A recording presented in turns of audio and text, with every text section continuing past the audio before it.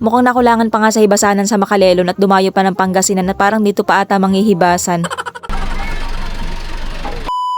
So yun na nga guys, for today's video wala nga pala tayo sa hibasanan kundi nandito tayo ngayon sa kalsada. At kung mapapansin nyo nga nasa kondisyon ako ngayon at nakakapag-video pa paano ta naman ay nakabonamin? 5 bonamin baga naman ang baon na ewan ko na lang kung mahilo ka pa niyan. Ari nga palang video na ito napakatagal na, parang panahon pa ata ito ng kupong-kupong. Laka uy.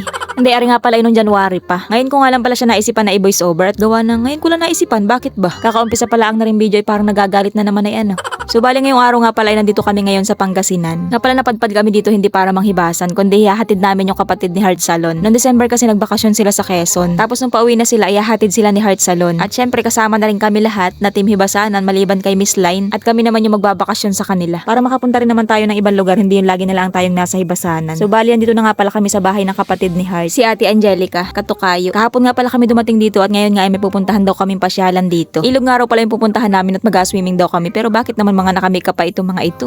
Pero dahil inggitin ako, hindi pwedeng sila lang, dapat ako din.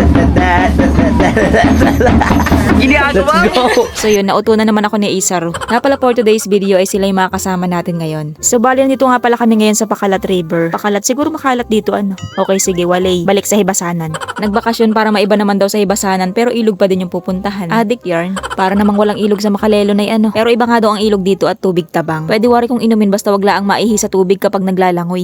Kakaiba nga rin pala ang bato dito, mukhang hindi makapagtago ang katang sa ilalim at hindi makapagbutas ang gutos. Kaya hindi talaga tayo makapanghibasan ngayon, maliligo lang tayo dito. Pero dahil nga babae ako, parang hindi naman mauuwi sa paliligo at puro picture ang agawin, panigurado. Ayan na nga at magsisimula na kami, nagre-retouch na si Capriti. Nga pala kasama rin namin ang miyembro ng Blackpink, si Blackpink Lisa. Habang ang mga babae nga pala ay abala sa pagpapaganda, pagpicture-picture, ito namang iba naming kasama ay abala sa pag-iihaw ng aming aulamin. At sa ganun nga palang picturean ay nangunguna dyan kaming dalawa ni Capriti. Ako hilig kong kumuha ng mga litrato tapos si Capriti hilig niya mag-model kaya naman nagkakasundo talaga kaming dalawa. Palaging bad trip sa amin si Heart Salon kapag kami nasa galaan. Kasi kaming dalawa ni Capriti okay lang kahit hindi kami makakain basta makapag-picture kami.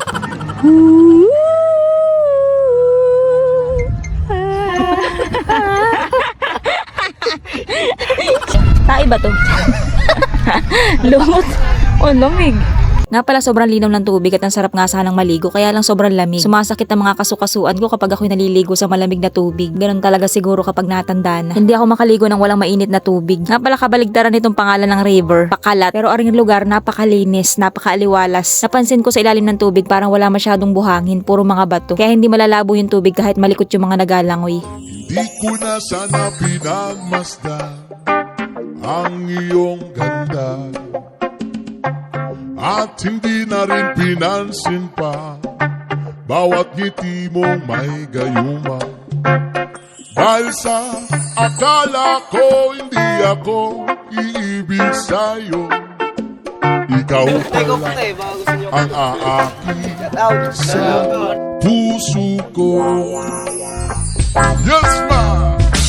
Kaya ngayon'y laging gulong-gulong Wala kayo doon! Mamaya! Araw-gabi ay pangarap at sa tuwin ay nababalisa. Dahil ba ang puso ko'y labis na umiibig sa'yo, hanggang kailan matitiis ilim ang pag-ibig ko. Ano ang gagawin? Nakakaya naman yan! Sa utos Magkatawa na! ng dami, babalik na kay hirap pigilin. Sana'y unawain ang puso. Nais kong malaman mo na